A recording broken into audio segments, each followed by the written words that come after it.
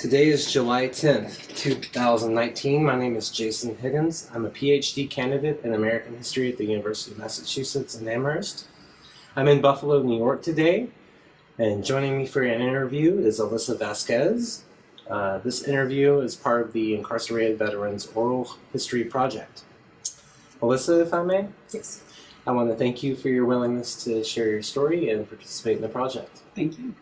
Before I get started, do I have your permission to record the interview? Yes. Great. And just some brief background information. When and where were you born? I was born in Phoenix, Arizona, December 15th, 1982. And what branch of the military did you serve? United States Army, active duty.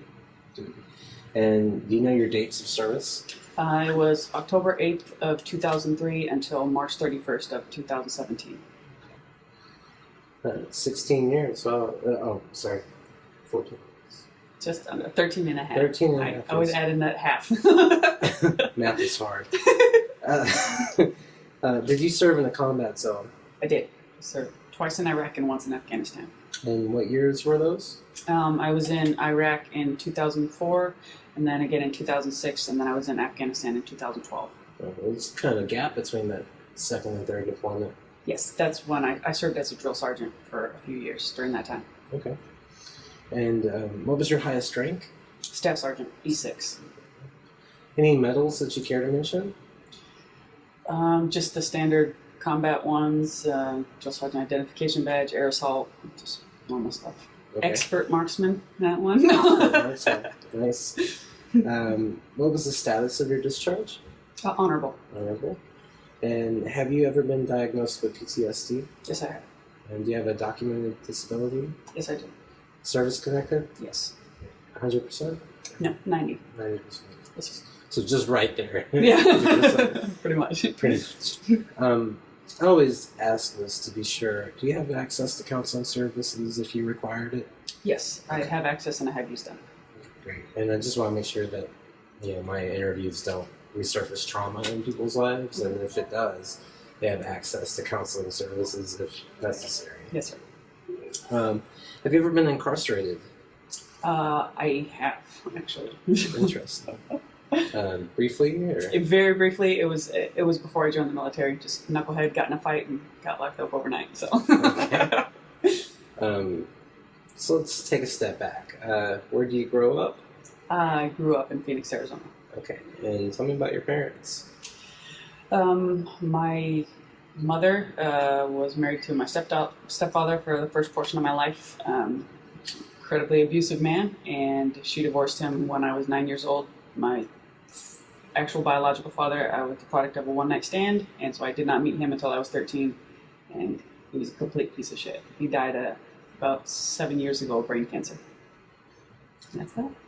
I'm sorry for your loss, even if it was a piece of shit. Sounds like a traumatic childhood.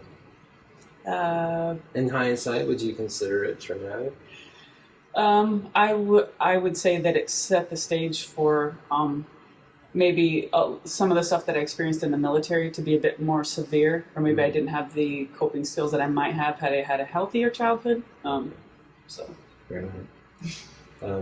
Did you have brothers and sisters? I did. I had a stepbrother and stepsister that I grew up with, but then when my mom separated from my stepdad, they were no longer a part of my life. And then she gave birth to my actual brother and sister, which were his children, and they're twins. They're 9 years younger than me. Okay. Kind of a gap between those years. Big gap, yeah. Did you help take care of them? I did, a lot. She was working full-time after leaving him. She put her nose to the grindstone, and so I had to pick up a lot of slack when it came to them. Did she stay single as a working mother for a long time? She did. She's still single to this day. She will never remarry, so... With those two examples, yeah. I don't blame her. I think she made a good choice, so... Interesting. Do you consider yourself working class? I do. And what was school like for you? School, for me, was pretty easy.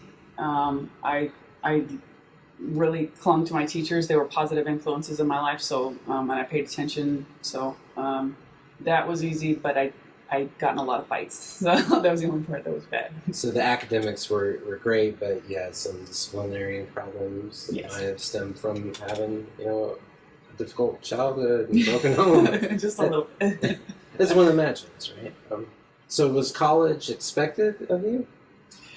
Not really. Nobody in my family ever went. There would be the one-off comments here and there. You're going to be a doctor. You're going to do this. You're going to be a lawyer. But nobody ever really expected it. And I think everybody knew I was going to go either towards law enforcement or the military eventually. Okay. So Where did that interest come from? I just always had that feeling of wanting to protect people. So It might actually stem from your childhood. I believe too, so. right? Yeah. And he was a physically abusive man?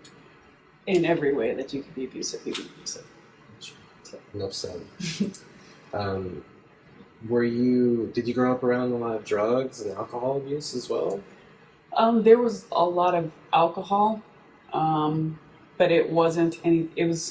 It's hard to say because he was very much an alcoholic in that he had this rule. He would drink Hawaiian Punch up until noon, and then from noon on, it was beer nonstop. And so I'm pretty sure he was heavily intoxicated a lot of the time, but I don't ever remember seeing like stumbling drunk kind of a thing. But alcohol was very much a part of my childhood. Sure. Did you start drinking as a teenager? I did. You did. Yes. Any experimentation with drugs?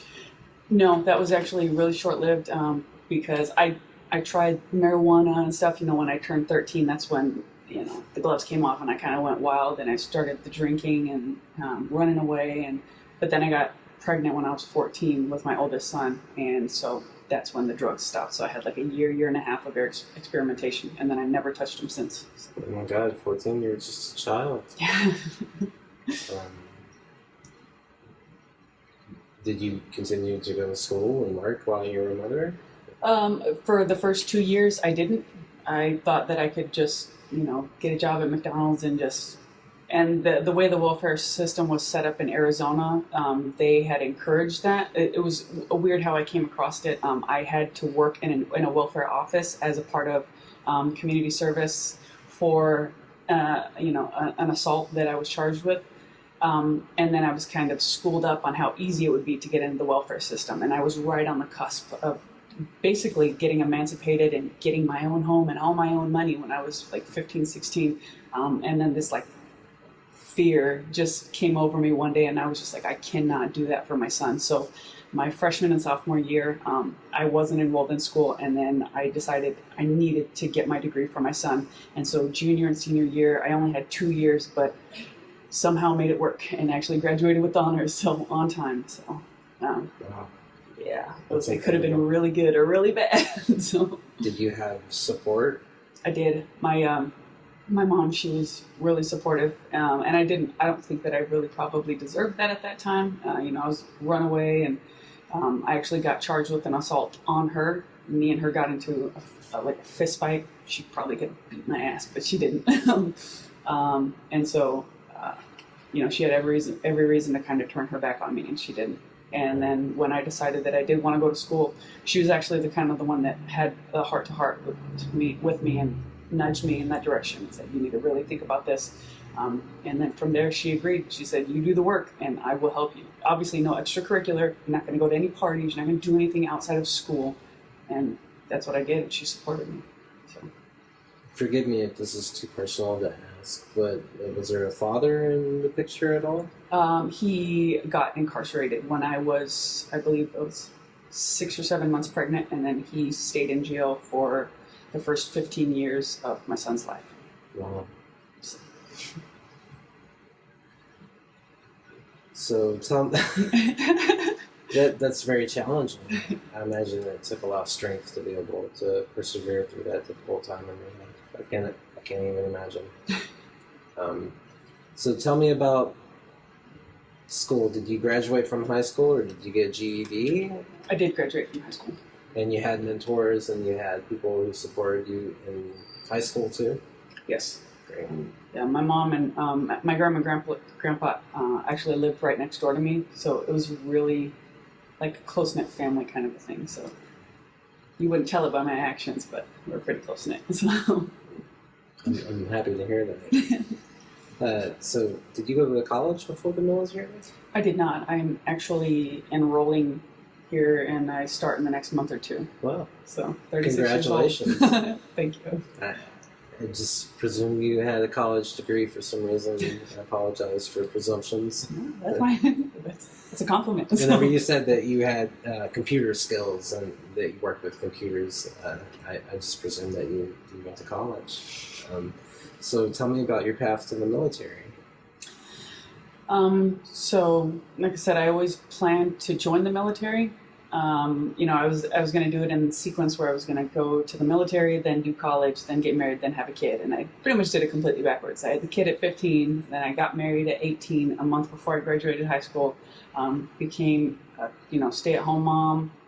He joined the military first, actually. And then, I started working nights to help try to supplement our income. And then I realized, that I think now's the time that I really need to step up for my family, because I knew his career in the military wasn't going to last. He wasn't a very good soldier. He's an amazing father, awesome at his job, but the discipline, he would constantly get in trouble. So basically, I had to come to a decision point where I decided I needed to kind of become the breadwinner. So I joined the military when I was 20, turned 21 in basic training. Where did you do your boot camp? Fort Jackson. Fort Jackson, okay. It's not too much of a difference in the heat, but probably in the humidity between Arizona. Big change in the humidity. So before we talk about that, just we're about the same age, I imagine. Maybe a little bit older, but do you recall 9/11? I do. Where were you at? I was actually, at that time, my ex-husband was in boot camp, and it was just after I had graduated high school, and I was actually sleeping, because Arizona's time zone, we're a little bit behind everything out here in New York. And my mom came into my room, and she woke me up, and she told me, that the first tower had been hit. And so she turned on my little black and white TV in my corner, and just as I sat up, that's when I saw the second plane go in. And it was just, especially with him being in training and me not understanding how everything worked, everything starts reeling and you start thinking, they're sending him straight to war and this is what's going to happen. And I just remember driving around all day, listening to Rush Limbaugh on talk radio constantly throughout the car and just following the events. So did that significantly change your life in that day? I think we all felt like a little more vulnerable, and then I was really happy that my ex-husband had joined the military until that day, and then I became fearful. And then the reality of, this isn't just a for fun kind of a gig, and you don't get to just call yourself a soldier. Now you might actually have to do something. Sure. Did you have family who served in the military?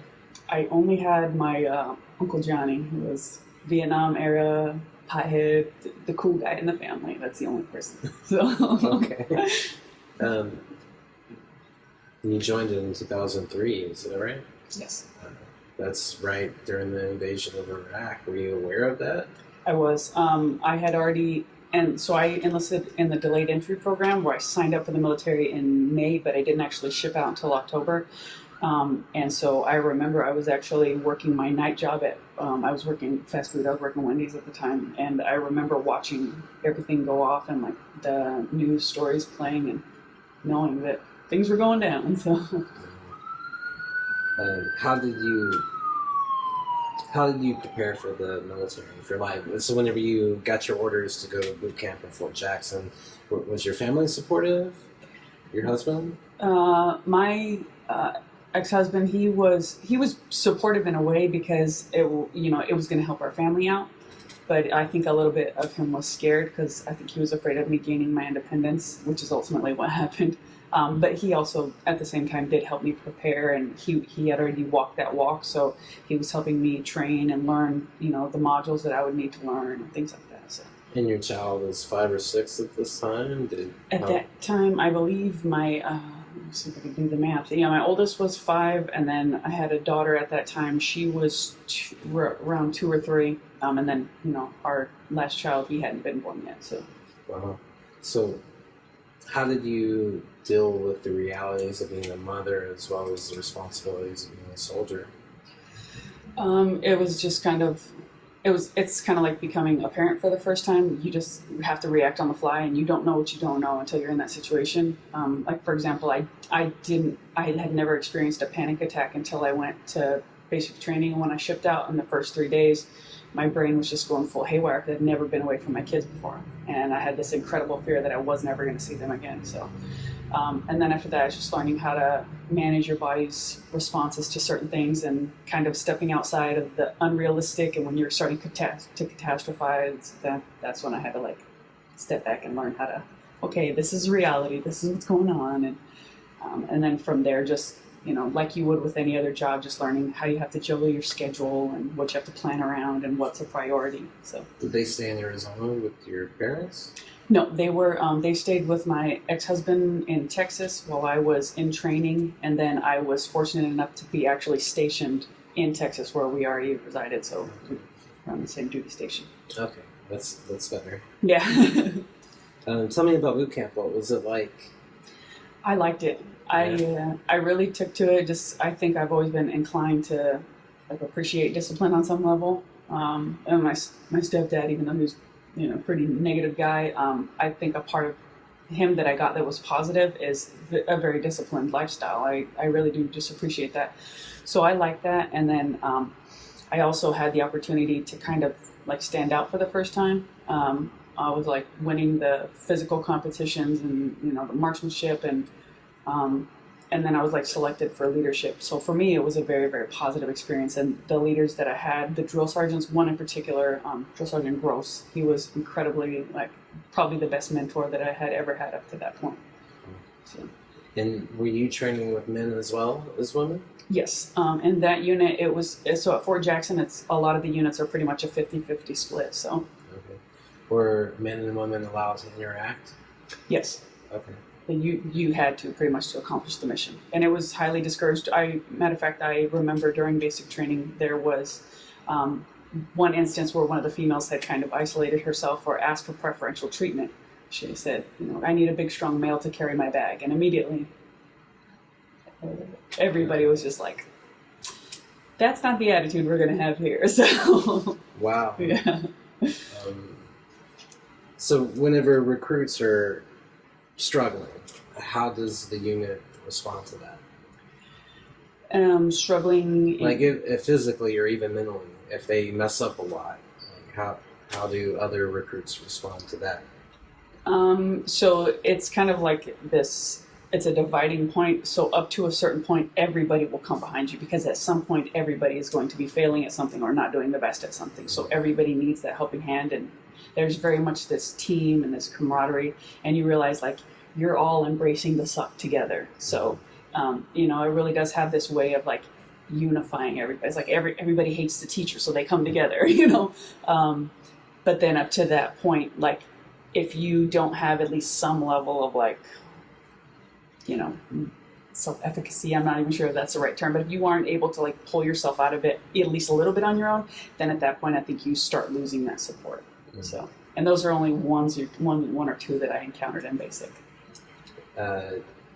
Was there ever any retribution if an individual got the group in a lot of trouble consistently? That you would be ostracized, definitely, just because you can only pay for someone's stupidity for so long before it it starts grating on you. Sure. So nothing severe though.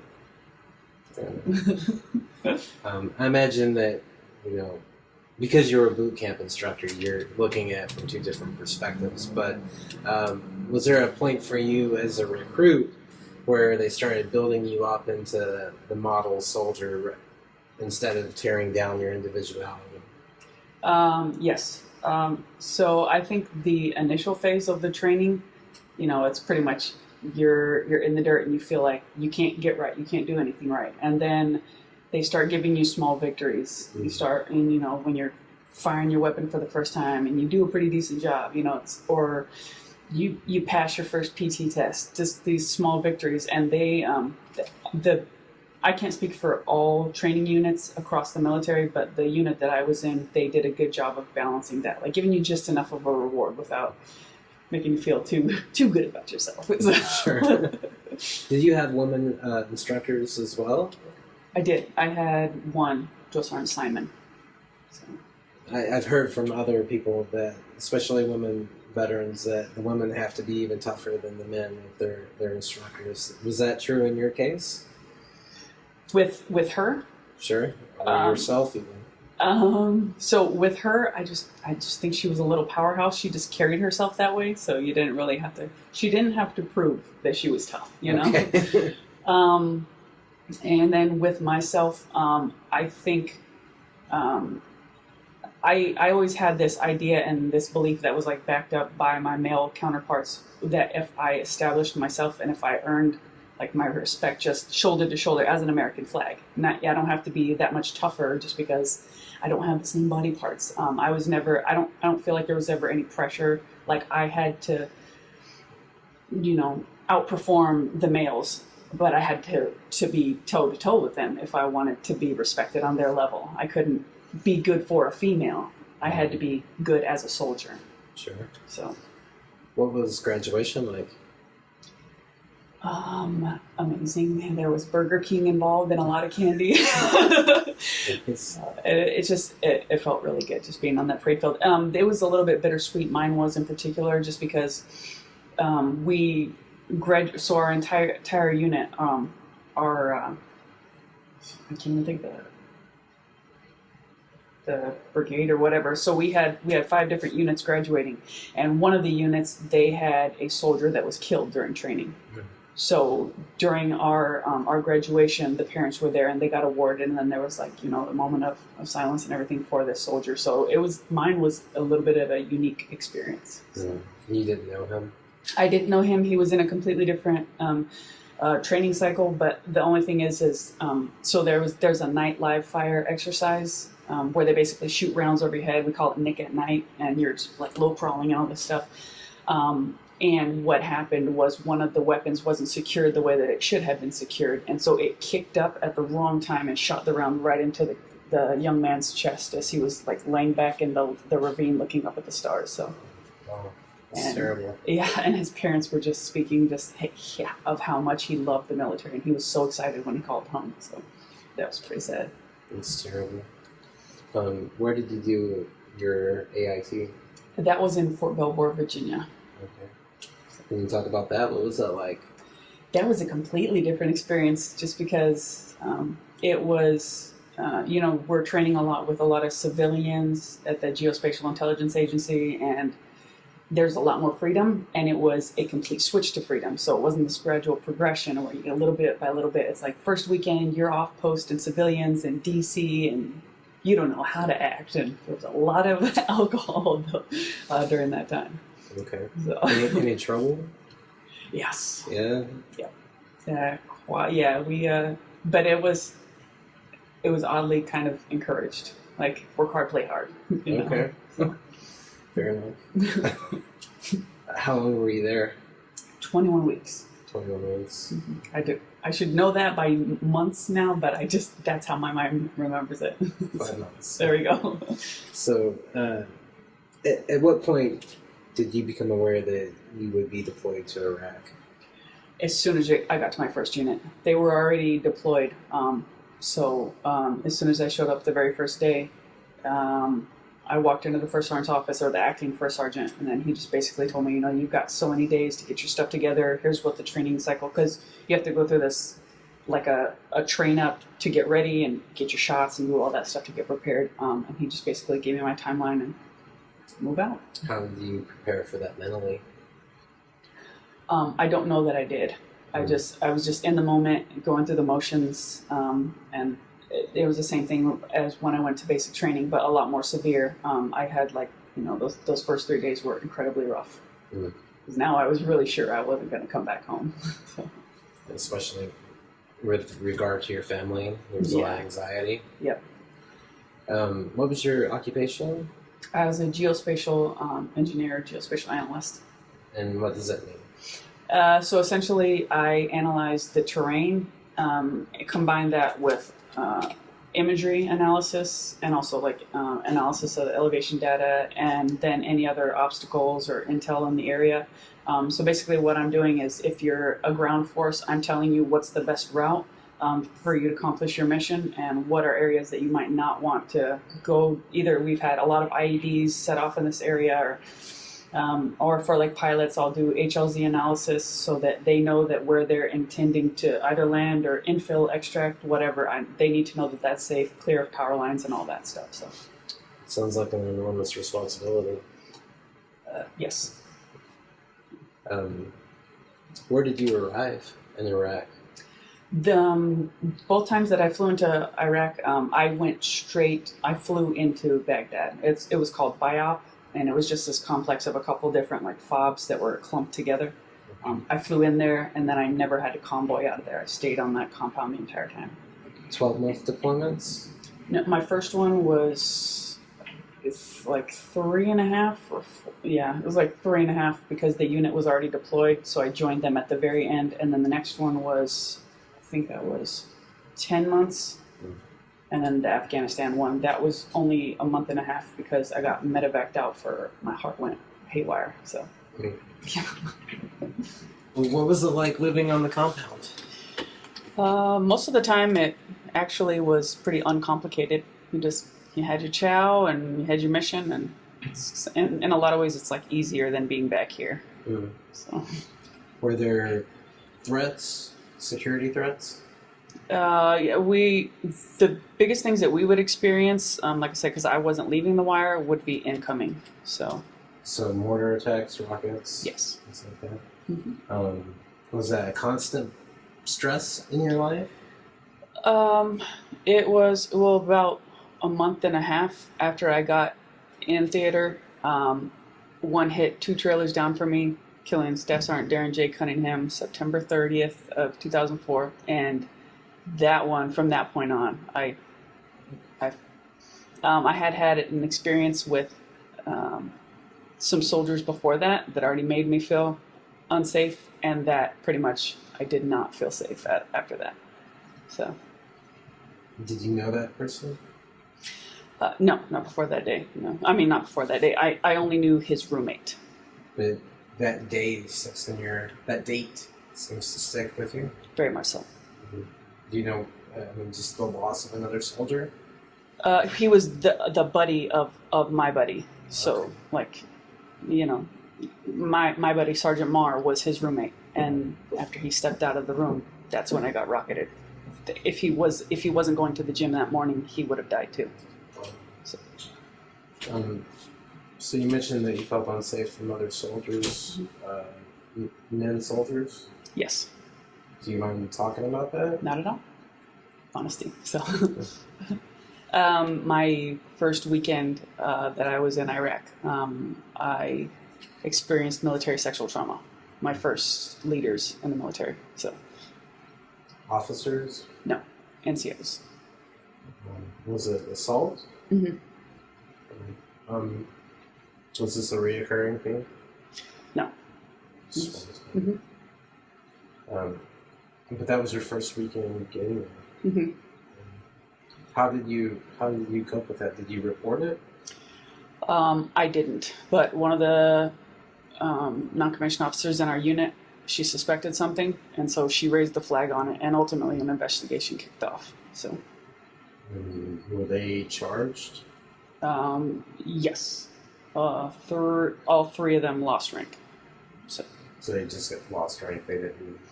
It was like a disciplinary punishment for them. Yeah, it would have been a lot worse. The commander, the MNCI and MNFI, the command sergeant majors, they were telling me that I should push further, but I refused. And so without my cooperation, there was only so much that they could do. So they lost rank, and then after they got back to the States, they got out of the military. One of them was allowed to continue on in the military, but then he ended up losing rank again because he, I guess, did something to another soldier. So. I'm sorry that happened to you. Is there a reason why you didn't pursue it further? I felt I felt like the black sheep of the unit, and nobody liked me. I was the new person, and I was getting their favorite NCOs in trouble.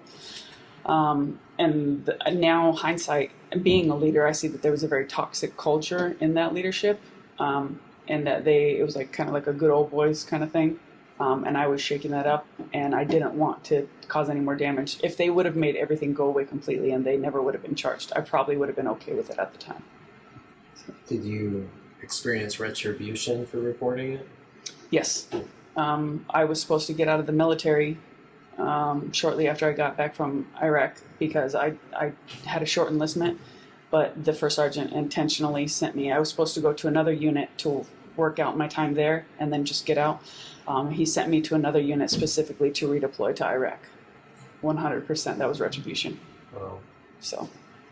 And you developed PTSD from that first tour? Yeah. Well, that's what they say. They say PTSD that's attributed to MST. But then talking to my counselors, a lot of that, they call it now combined PTSD, where it's some childhood stuff mixed in. So those early childhood experiences, you said, made it more difficult to cope with that situation in the military as well. In what way? What do you mean by that? I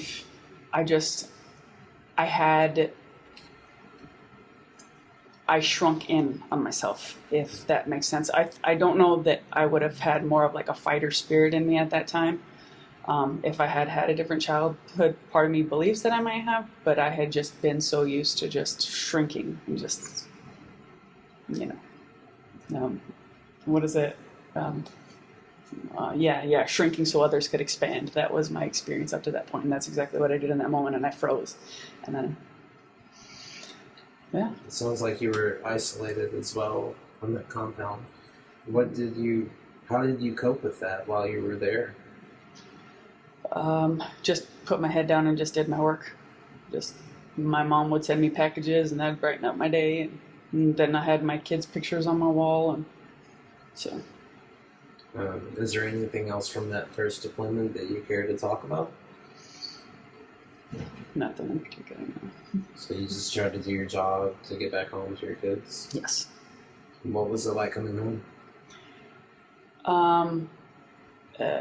It was awkward at first because when I came home, nobody else was here. Because at that point, when I came back, my ex-husband was deployed, and then my kids were then in Arizona with my mom and my grandma. So I came home to an empty house, and it wasn't real, I don't think, until my mom and my grandma brought the kids home a couple days later. And at that point, I was like, oh, I'm home. So. Yeah. Do you think that something changed in your life during that deployment? Did you change? Yes. In what way? That deployment severed my ties to people. And I might get emotional, but it's not overwhelming. Whenever Staff Sergeant Cunningham had passed away, while his trailer was burning, there was another trailer next to his that had a soldier trapped inside. I jumped over a barrier to get that soldier out so that he wouldn't burn alive if his trailer had caught on fire. And so me and a medic were working to bust this guy out. And then after I jumped over, your mind is telling you you're surrounded by soldiers and everybody's, in that mode where they're helping and they're protecting. And when I jumped over the wall, I was going to head to like our building where we worked for accountability purposes. And when I jumped over, I looked down and saw a line of soldiers, and they had their cameras, and everybody was taking pictures of the trailer that was on fire. And at that moment, I realized that I fucking hate people. So, yeah, that deployment changed me big time. Because in that moment, his family's lives were forever being changed, and they were getting ready to receive like the worst information that they could ever imagine. And people were taking pictures, and it just did not, in my mind, I couldn't, and I still don't. I can't rationalize that, and I can't excuse that behavior, and I don't understand it. So ever since that moment in particular, I've always felt like I'm living on the other side of a pane of glass, and I'm just watching these people around me. But your actions in that moment might have saved a life as well. That's heroic. Yeah. You want to take a break for a minute? I am good. I'll power through that one, so we're good. You're clearly a badass, but please let me know if we need to stop, okay? Yes, sir. Whenever you were able to reconnect with your family, how did they interact with you? My kids were at a young enough age, and I wasn't gone that long enough. So it was pretty much like time hadn't really gone by. So that part of it was pretty easy. And then, everybody in my family back home, they just think as soon as you put on a uniform, you're a war hero and you're this, that, and everything else. And, as with most people in general, I think that kind of attention can kind of make you feel uncomfortable. So sometimes I would feel very uncomfortable being around because all this praise for just doing your job. Simmer down. So, How do you feel whenever people thank you for your service? I understand why they say it, but I immediately want to thank them for just for whatever you do that's rad as a human being. Just keep being awesome. So, because I've also seen the other side of the coin where I've seen people that have worn the uniform that it wasn't honorable service. They weren't good people. So I don't feel like I understand why everybody does it, and I think it's super cool, and I don't ever want to be in a time where people don't at least extend that courtesy. But it does make me feel awkward sometimes. The automatic heroic status being attributed to soldiers makes you feel uncomfortable? Yes. So you stayed on the base whenever you came back? Were you encouraged to report trauma? I mean, I know the MST, you reported that incident because you had a colleague recognize signs, but after you came home from your deployment, did you report any PTSD or any other types of issues? No. Were they available to you that you were aware of? It at that time that I was aware of, no. It's almost this, and sometimes people even experience it in the civilian world with their doctor. It's almost like you're encouraged to not tell the truth. Because if you tell the truth, then more doors open. It's like when you walk into a doctor's office, have you had thoughts of harming yourself? They don't really want you to say yes, or at least that's the feeling that you get. Because then if you say yes, it leads to this other stringer. How much do you drink? You just have to tell them none. Because if you say one, you have a drinking problem. Right. So.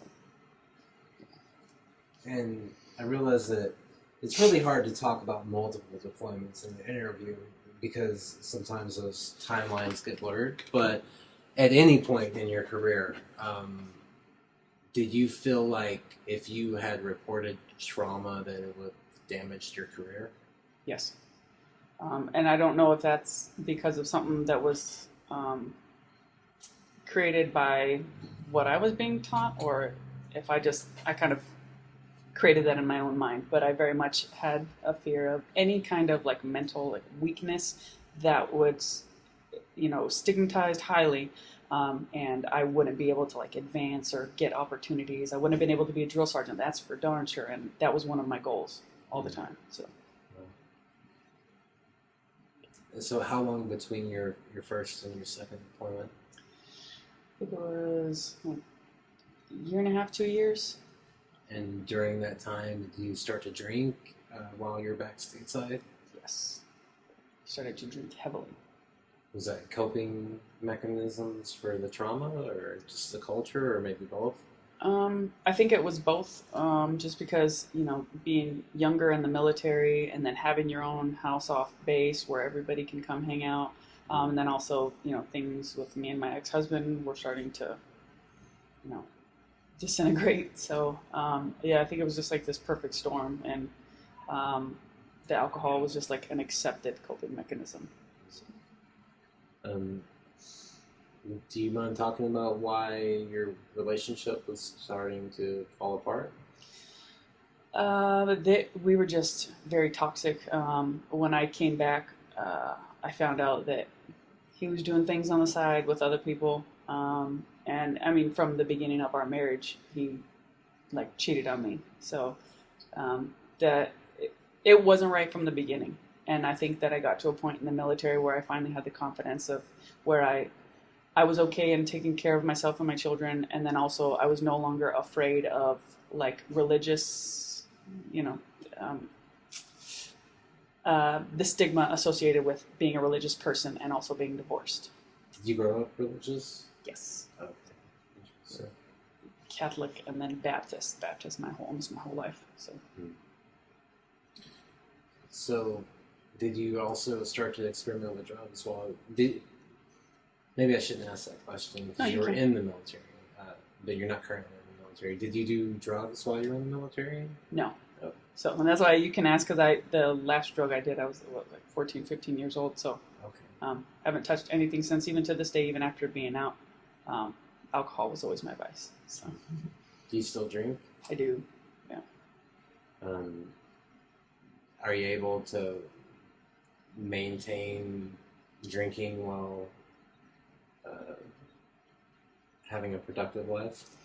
I would say for the most part, yes. Okay. But there's still things where I'll get an emotional spike, and I'm like, okay, maybe I really don't have this completely under wraps. Sure.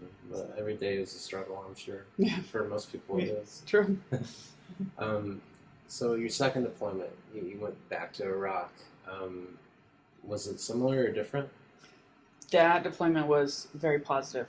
The leadership, the unit, it was just fun, and that's also when I finally decided I was going to divorce my ex-husband. I kind of just started to stand on my own 2 feet again, and I was given a responsibility. I finally became a non-commissioned officer. So, yeah, that one was a really positive experience for me. So, how did your occupation or your daily duties change? More responsibilities. So I was finally given like charge of other soldiers, and I was tasked with making sure that, I was meeting their needs and that they were taken care of. And that always feels good, just from a protector standpoint, a parent, just that being able to take care of people always feels good.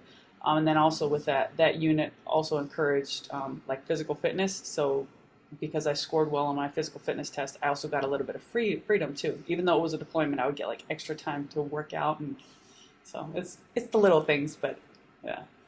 So you mentioned that during your teenage years you were a little overweight. What changed for you? How did you get in such great shape? Because you were winning awards in boot camp, right? Actually, I was obese. I stopped weighing myself at 230 when I was 16, I think. And then I don't know what happened. It was my summer between my junior year and my senior year. I was just tired of being overweight. So I lost like 75 pounds over that summer, and I just kind of kept it going. That's impressive. Thank you. Congratulations. Thank you. What do you think the difference was between the leaderships? You said that the first deployment was toxic. It's this hyper-masculine culture, good old boys network. What was different about the other leadership? What changed? I think that the majority of people, and this might sound like a bad thing when I say it out loud, but I think the majority of people are followers. And so it all boils down to who's the leader in the group and what their dynamic is and what kind of culture they create, and everybody else kind of feeds off of that. I think that first one had an extremely negative leader, and I actually think that the leaders weren't the highest ranking ones. And that's what made it even more toxic, because the one that was the highest in rank was following the leaders. Then with that second unit, yeah, the top dogs in the unit, they were just these really positive, good morals, good values. They lived by, those 7 core Army values. I really believe that. Were you stationed in Baghdad at that time? Yes. Okay. In the same complex? Almost. It was just right. It was like right around one corner, like around one body of water, and so pretty much the same place. Very close. Were you still performing basically the same job with geospatial analysis? Yes, and still for ground forces. So yeah, it was very similar. Like I said, but when you become a leader with that, you become more of like the quality checks aspect of it instead of actually pumping out the products. So. We talked about this, or I mentioned it earlier. That seems like an enormous responsibility. Can you talk about that? Yeah, it's. I think it was a good thing for us to be tasked with that responsibility. For me, personally, my mindset and how I work is I work better under conditions where I feel like there's value in what I'm doing. Mm. So knowing that those guys that are going outside the wire need to have an accurate product like that, I feel extra invested in what I'm doing. So it was a good stress. Interesting. I mean, seems like an error could be fatal in a situation like that. So. Absolutely. Anything else from that second deployment that you care to talk about? Were you able to interact with civilian populations at all in those two deployments, or were you on base most of the time? I never interacted any of my deployments with really any of the locals. I bet I interacted with a lot of the other people that were on the base that weren't military, like the interpreters. I had a really good relationship with a lot of them, or like the people that would clean our bathrooms and stuff like that. I had a really, really good relationship with all of those individuals. But yeah, nobody from like Iraq or Afghanistan local. Did your experiences in Iraq impact the way you saw the United States' role in the world in any way? Yes. I think I started to feel more of that internal conflict, where at the end of the day, there's certain things that you have to do, and they're not pretty. But then the other part of me is like, I can't just outright hate another human being. I will always do whatever I have to do to keep my brother safe and to bring them back home. But I can't just look at somebody and hate them just by virtue of the fact that they were like me, but born on the other side, you know? So, yeah, I started feeling that more and more. Did you feel like your participation in the war violated your moral beliefs? In a small way, yes, because I'm one of those hippies that like believes in collective consciousness and we're all one and that kind of thing. So part of me feels like that was maybe violated. Maybe there's a little bit of moral injury there. But I also am a realist, and so, you know, I didn't take too much of a ding. It wasn't something that would keep me awake at night.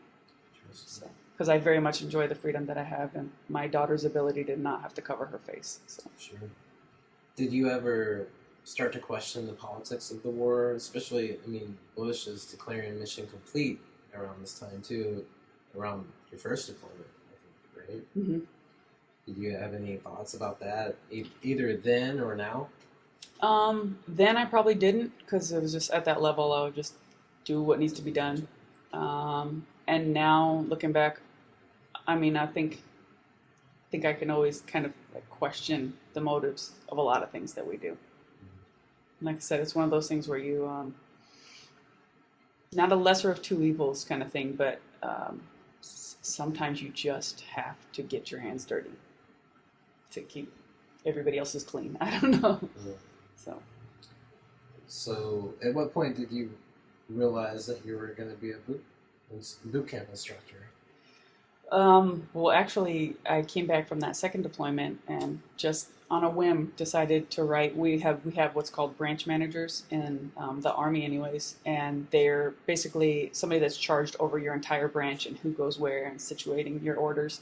And so, just on a whim, I wrote them and said, you know, hey, is there any chance that I would ever be able to be a drill sergeant? Because everybody was telling me with my MOS or my job, I wasn't able to be a drill sergeant. It was just unheard of. And so he immediately wrote back and says, yes, and absolutely, I need them, and do you want a slot? So I said, yes, please. So, between 2003 and 04 and 2008, I'm thinking, is whenever you started becoming a boot camp instructor? 2000, yeah, you know. It had been a few years. Yeah, it was 2008. The U.S. Army went through a major change in those 4 years, especially as they were learning to adapt to, you know, the war in Iraq, IEDs, those types of threats. What changed in the training, do you think? We had to, I mean, there's a certain element of like guerrilla warfare and like ground fighting that you're always going to have to train, just because at the end of the day you have to be able to go hand to hand, toe to toe, that kind of thing. But I think that we started to look ahead to asymmetric warfare, and I noticed that the changes that I was teaching I noticed some changes in what I was teaching compared to what I was taught. Mm-hmm. So that was good, but also at the same time, I've felt, and a lot of people in the military feel, that we are really slow at updating our doctrine and putting these changes in here. Like, for example, when I was being trained in AIT on the computer technology that I was using, that in and of itself was outdated. And the responses to my questions when I asked, what am I doing? Am I going to be using this? It was always, you'll find out when you get to your unit. Well, you should set me up for success right now. So I do think that's one of our faults, is they were changing in that time, but I don't think that they changed fast enough.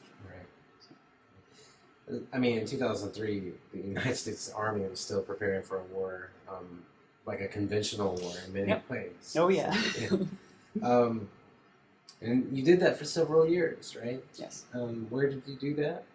I was a drill sergeant with the Delta 31st. It's a combat engineer unit at Fort Leonard Wood. I was there from May of 2008 to May of 2010, and then I stayed there for another year to be an evaluator for the Department of Military Engineering. So basically, over all of the combat engineer units, I would just go out to their training sites and make sure that they were following along with the correct doctrine. They were training according to standard. It seems to me that you tend to kind of throw yourself into your job in many ways. Yes. Did that help you kind of not cope with the trauma that you had experienced earlier in your military career? Yeah, and I think that's part of why I had a hard time adjusting to civilian life, is because I never had to deal with it. I was in positions and I had responsibilities where I could throw myself into my work and not worry about any of that stuff. Sure. Can you talk briefly about your third deployment? Yeah, it'll be real brief. I deployed in, I think, either late September or early October of 2012. And I was only there for about a month and a half, and it was a fluke thing that came up. I found out that I was allergic to raw nuts. I ate some and my throat swelled up, and then as I was being evaluated at the medical facility, they found out that I have something called long QT, type 1, where your heartbeat, basically it's too long, and so it could possibly skip over itself, and the commander didn't want to assume the risk to keep me there, so then I had to go to Walter Reed for observation for a couple months. Okay. So, while you were in Walter Reed for a couple of months, did you feel guilty about being taken out of the field? yes. Felt very guilty. Yeah. Why do you think that is? Just because even if nobody over there is really sucking, you just feel like you should be embracing whatever suck that is with them. So it's kind of like if all of your friends have to sleep, out, at a camping site, and they're all on the ground, and you're the one guy that's got this nice cushed bed and an air-conditioned room, you're going to feel like a heel. And so, and that's kind of where I felt guilty that I wasn't over there. I also wasn't with my kids. So, what good am I doing? Were you discharged because of that medical issue? No. Okay. Yeah. So it wasn't a medical discharge. I know you said it was honorable discharge, but you were allowed to stay in? Yes. They told me that I could either get surgery, go medication permanently, or I could get out. They told me it was my option, so I said I'm staying in. Why did you decide to stay in? I think at that point, I had spent so much time away from family. It kind of started to become all I knew. So I felt more comfortable in uniform. Sure. 13 years of your life in uniform, so I imagine that was a very important time in your life. Yes. So what did you do after you realized your diagnosis? I got sent back to Fort Campbell, and then from there I was able to do things I don't think I was aerosol qualified at that time, so I went to a couple schools, and I was put in charge of I was the physical training NCO and helping them train up for aerosol school. So I got things that gave me forward momentum, and then I got out of nowhere an offer to work at the survival school. So that's where I spent the last 3 years of my military time. What's that? It's called Survival, Evasion, Resistance, and Escape. It's a pretty cool school. I got to work there. So, was that in South America? This one is in Alabama, so pretty much. No. Right. So tell me about that. That was an adventure. It's a school that I had zero interest in before, just because there's a lot of hype around it. As far as like, there's just a lot of crazy rumors out there that build a lot of fear around the school, and hardly anybody is trained in it when you consider like the entire fighting force. So there's a lot of resistance, but then also it was very appealing because nobody in my MOS had actually done that job, whereas some of them before had been drill sergeants. And it was a position that through nothing other than sheer luck could I have fallen into. And so I thoroughly enjoyed it. And then just when I actually got in the role and the ability to like watch the transformation, the same thing as being a drill sergeant, those are the two best jobs I've ever had in the military. So. It sounds like you enjoy the challenge. Yes. Yeah.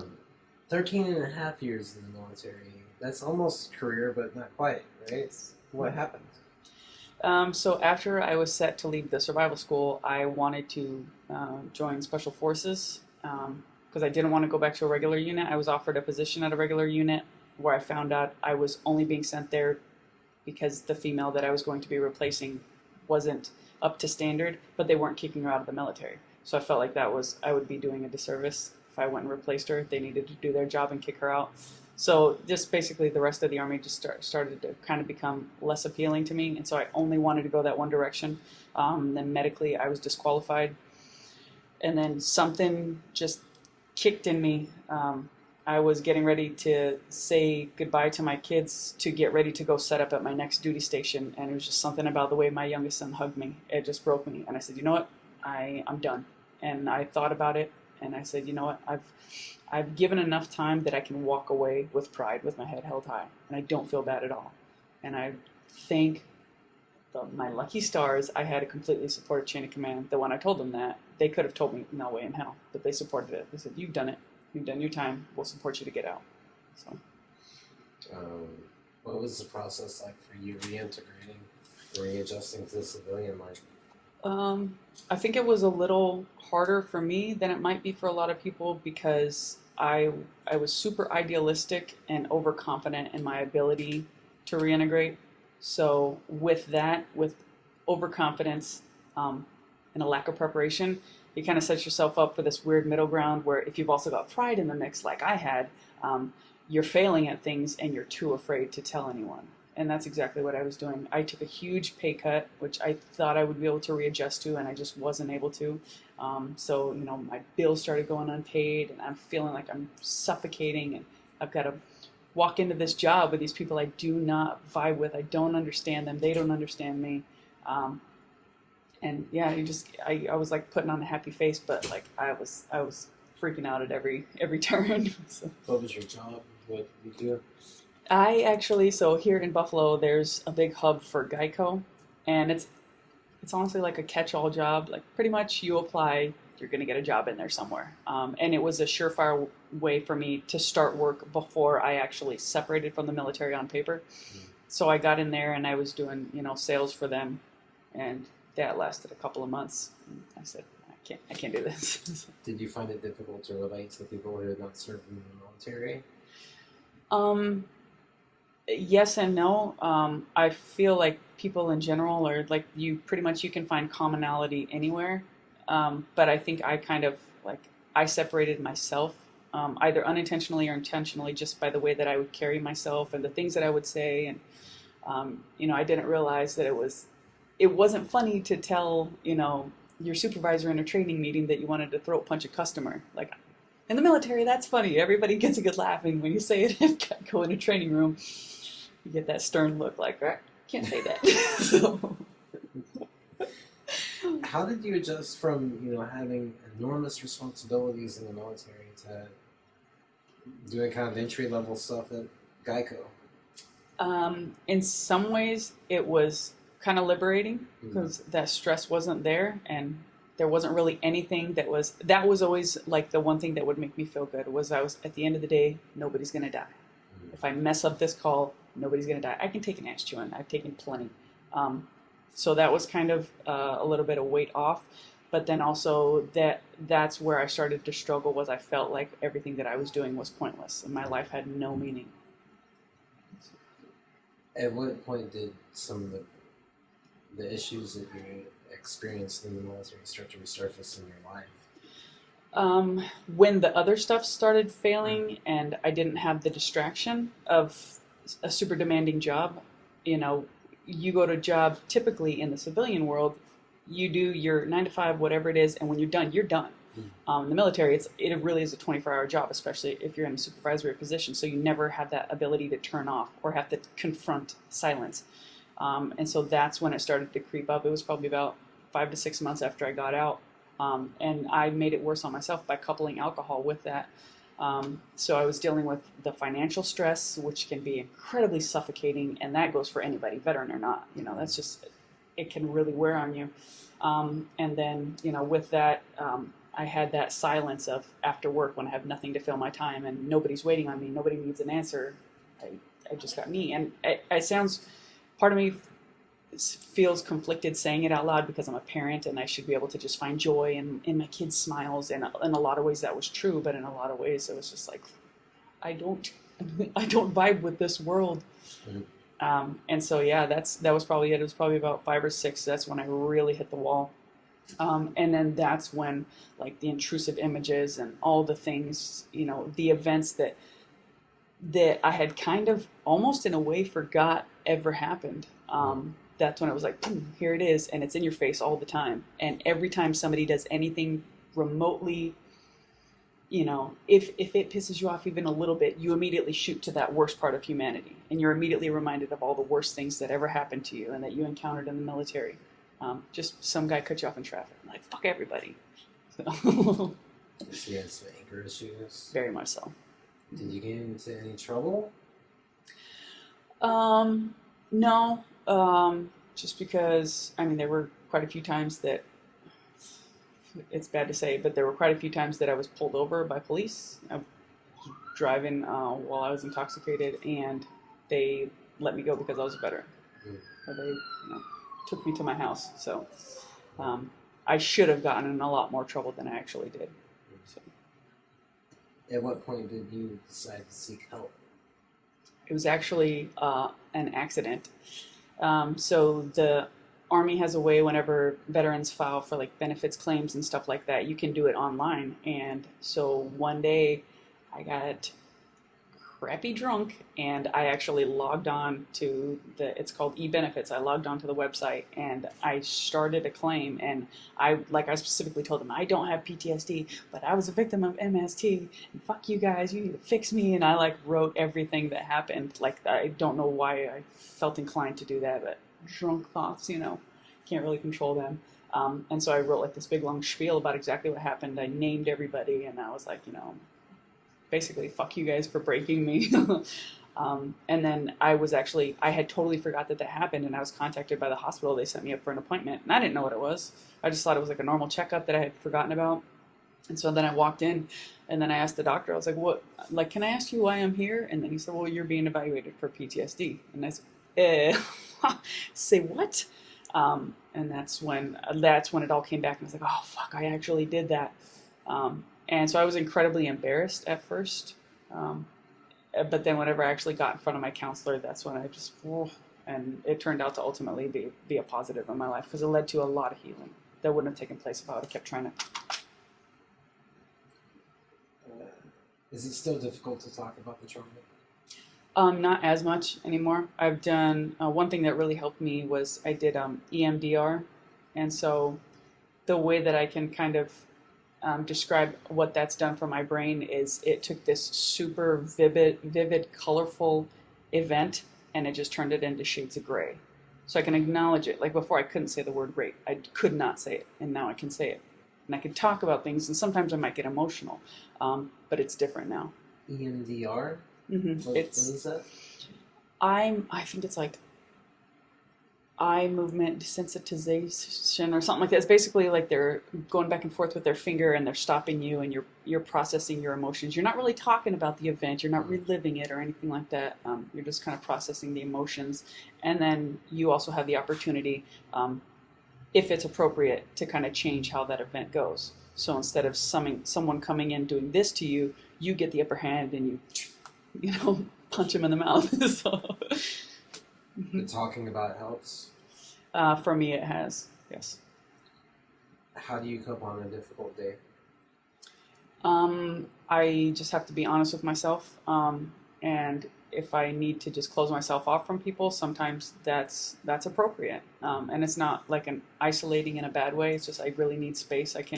Sometimes my brain gets so chaotic and full of like energy and noise, and I just need something to silence it because there's so much going on that nothing's coming out. I can't process anything because there's so much going on. So when I have those days like that, I will just give myself the space to feel that.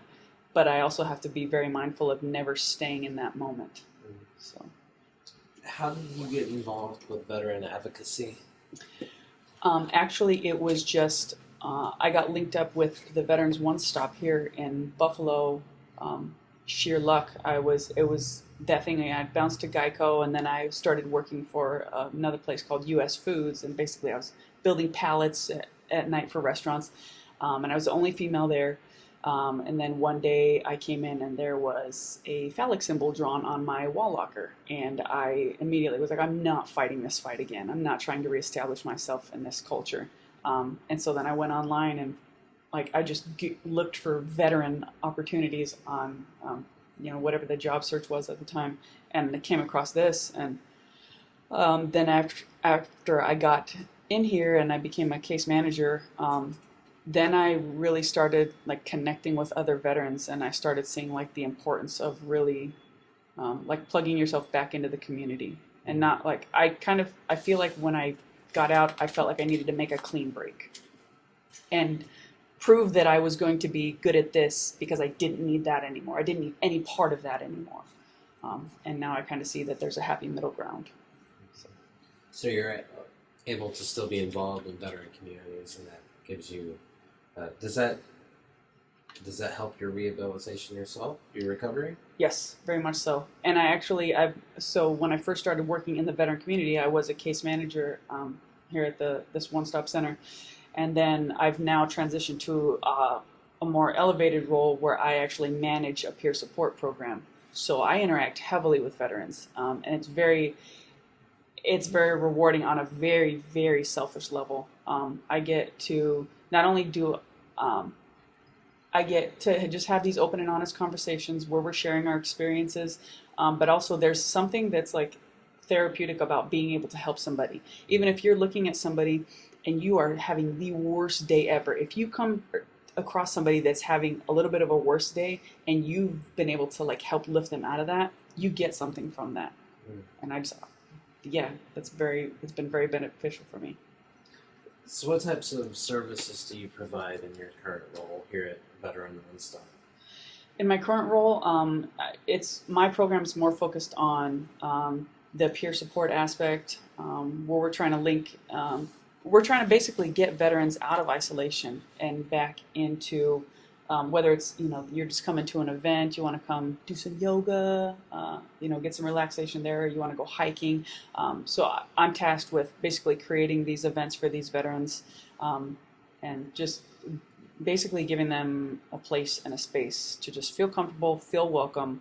And it's for any veteran, which is the beauty of the program that I get to offer. Is a lot of times the VA, and it's not a slight on the VA, it's just how they've got to do it. And a lot of other programs, they have these certain requirements where you have to have been active duty for a certain amount of time, otherwise you're not acknowledged as a veteran. Right. And this program is not like that. So it's cool because I get to shake somebody's hand and say, you're absolutely a veteran, because they've told me, I walked into this place, they told me I wasn't a veteran. Get over here, give me a hug, damn it, you're a veteran. So, how did you become linked to the Veteran Treatment Court?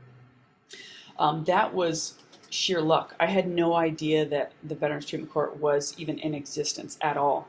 let alone in my backyard. It started here in Buffalo. And then just when I took over this job, a part of my responsibility was going to actually sit in on there. And then whenever I began visiting the Veterans Treatment Court and I saw the amazing work that they were doing, then they asked me, hey, well, you're a veteran. Would you like to be a mentor? And then that's when I got trained to be a mentor. And yeah, I wish that there was a Veterans Treatment Court in every jurisdiction. Mm. So. What do you think it is about the Veterans Treatment Court that leads to really success and these low recidivism rates? I think it's because you're not just slapping somebody's hand. You're maybe slapping it a little bit, but you're also grabbing it at the same time, and you're leading them to, hey, this is why these choices aren't going to be beneficial for you, and here are some better options. Here are some better ways to cope with what you're going through. And the good part about it is that it kind of locks them in to this obligation where they've got to kind of confront something, and some slip through the cracks, and maybe some really, can skate by and just do the bare minimum, and they can succeed and get out of the court. But those are going to be the ones that continue to struggle. It's the ones that take it seriously and they accept, I've got at least a year of this, I'm going to make the most of it. And they really do try to look inward and they try to address, I don't want to be this way forever. And once you decide that you want to change more than you want to stay the same, that's why this program is successful, because it gives them those tools to change. Yeah. You work with men and women? Yes. As a mentor? Yes. So in my research, I was quite alarmed to realize that 1 in 3 veterans in prison are there for sexually violent crimes. It's very high. It's more than any other crime. And it's the opposite of the civilian world, whereas drug charges are the highest. Why do you think that is? That one, I don't know if there's maybe some repression previously that leads to deviant behavior later. That one, honestly, that baffles me. I was not aware of that. Have you worked with other survivors in the Veterans Treatment Court without saying names or anything like that? Of MST? Of MS. Yes, I have. Do you think that people who experience MST, there's the potential to be more likely to get problems in the criminal justice system? I think so, because I think there's a lot of negative feelings that go along with that. If you aren't able to confront things, like for example, if you experienced MST and your reaction at that time was to freeze and to not defend yourself, a lot of times you'll internalize that and, something's wrong with me, what the hell, and so there's a lot of guilt and, like I said, a lot of that stuff you start shooting inwardly. And so I think whenever you start throwing those kind of negative feelings along with, a lot of times, they couple that with hopelessness. So what's the point of any of this? And they've lost faith in humanity. I can definitely see that can lead directly to criminal behavior. More broadly, do you think that there is a relationship between trauma and incarceration? I would be inclined to say yes. I'm purely basing that on my personal experience and the interactions that I've had with almost everybody that I've come across. Right. In the Veterans Treatment Court, I've heard of some form of trauma, something that, and how I know that that's one of the main factors that's led them to where they're at is they unknowingly unveil that in the first interview. We're talking about this, and then somehow they'll lead the conversation over here, not trying to get sympathy or not trying to justify their actions in any way. It's just their conversation about military experience reminds them of this trauma. This point when they out of them? Yeah. Wow. That is when everybody remembers the moment that they were officially broken. So. Is that difficult for you as a survivor yourself to be interacting with other survivors? It cuts two ways, kind of. Sometimes I think it's kind of difficult where maybe I might give them too much leeway, or I might, give them a little bit too much slack where maybe I should be harder in my guidance, or I should be, just more realistic in my approach to them.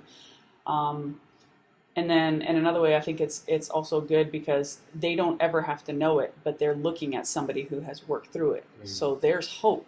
So if I can just convey that message of hope, I think that's like an added bonus to our conversation, our interaction. Mm-hmm. So, and like I said, most of the people, nobody knows. I don't share that part because I don't feel that it's appropriate for me to share with somebody in that capacity. Right. But yeah, just I don't know what it is. It's just like that. Quantum entanglement, like, you know. Sure. Have there been lessons or things that you've learned along the way as a mentor? I've learned to kind of reserve, I guess, like my emotions a little bit, because I think at first whenever I went in there, I'm like, I'm a bleeding heart and I want to feel and I want you to know like I'm here for you. And I've realized that sometimes you need to establish those boundaries. They definitely have to be there for the sake of the veteran, you know, as well as yourself.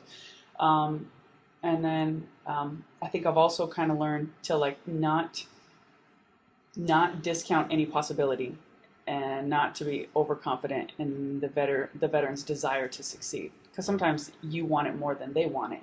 And then whenever they don't do well, or you see them in handcuffs the next week, you're like, what the hell, you know? Well, I imposed my desire on their life for them, you know, and they never wanted it that bad. So that's kind of been a hard lesson that I've had to learn. Interesting.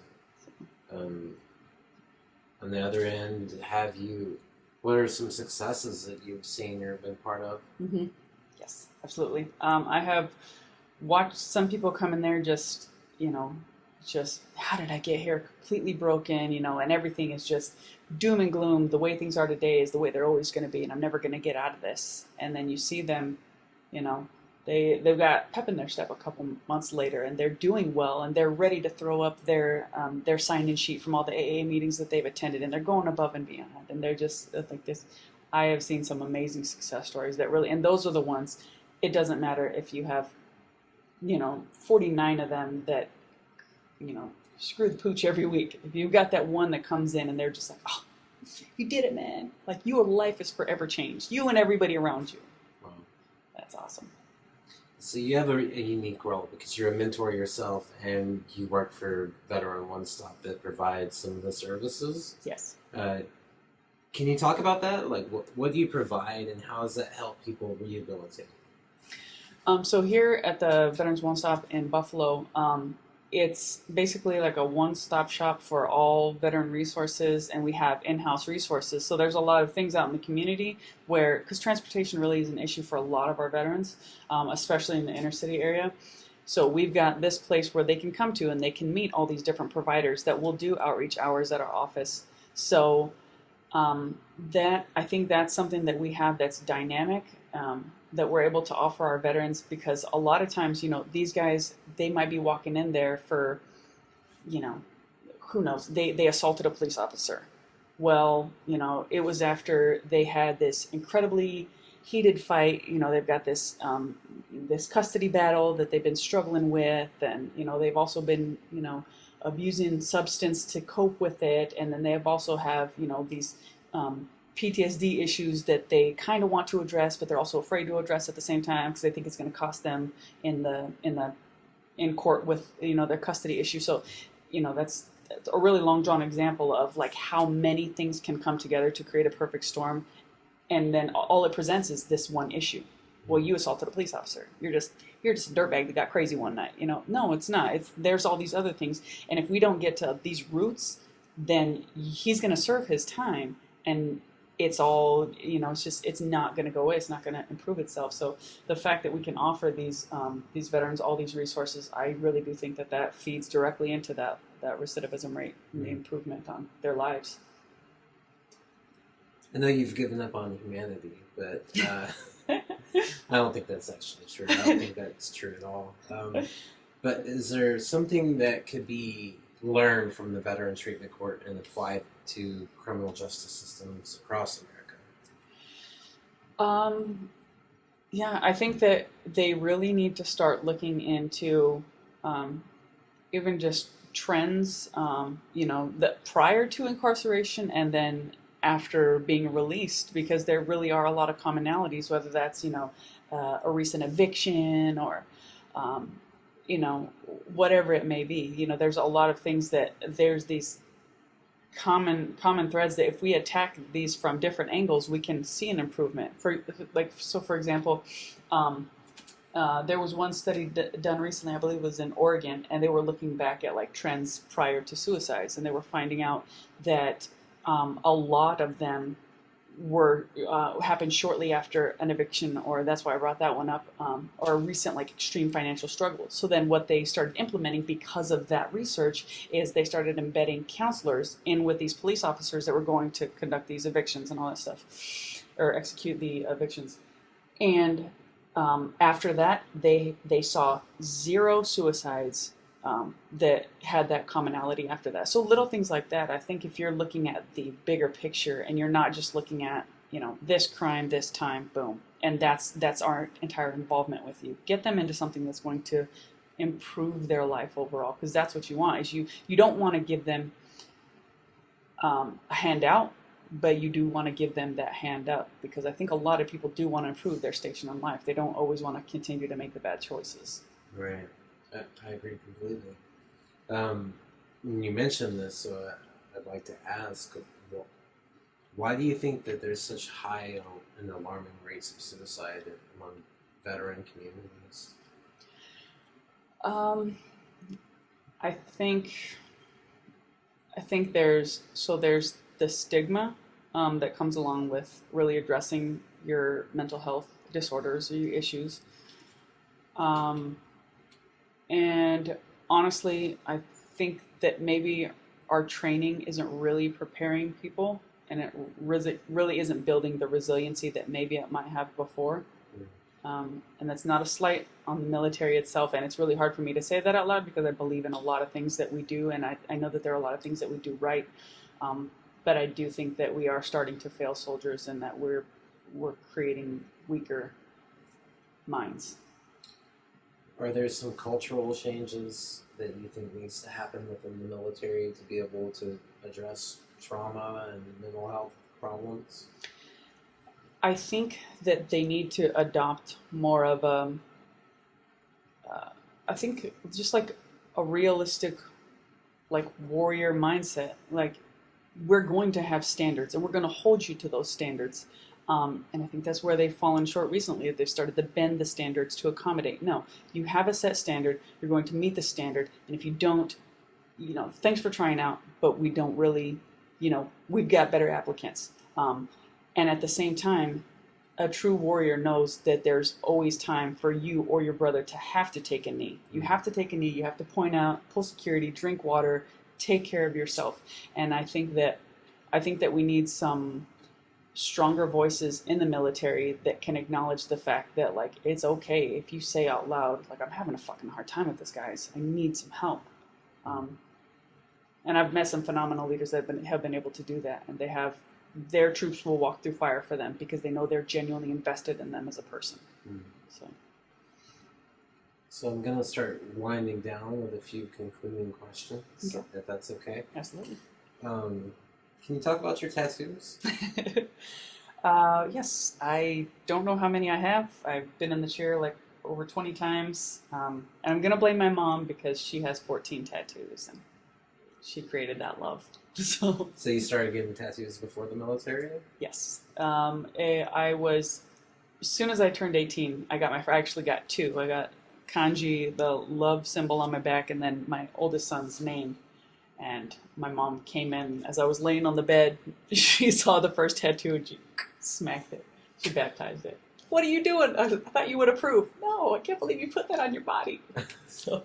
Do you have any that are particularly meaningful? Yes. This entire sleeve, it was a tribute to my grandmother who passed away 1 week before I had to go through survival school. So. Is it kind of a memorial to her? Yes.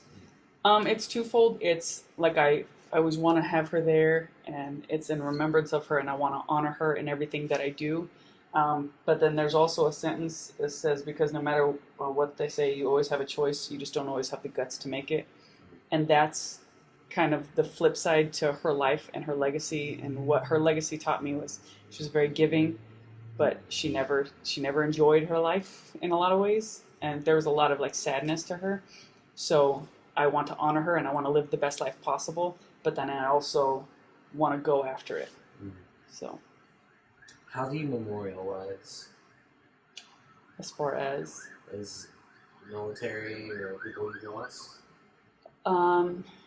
That's just kind of like I do regular checks in with myself, and I just like if I'm having an exceptionally hard time, or I'm having a low time, or I'm having one of those days where I'm like, man, fuck, this world would be so much better off without me. It's like you have no idea how many would give everything to be here, to have the breath, to say what you just said. And also being in the survival school, I had the opportunity to listen to a lot of POWs speak. And those are some of the most phenomenal men, and every single one of them had the biggest smile on their face, and they just loved every minute. And they were in agony. Like some of them had some still lingering issues. Oh, yeah. So I think that's how I try to memorialize, and I try to pay tribute to everybody that I've known that has passed away either by their own hand or by the enemy's hand. I have to live the best in this moment. Now, I've interviewed POWs, and it's a very powerful thing to do.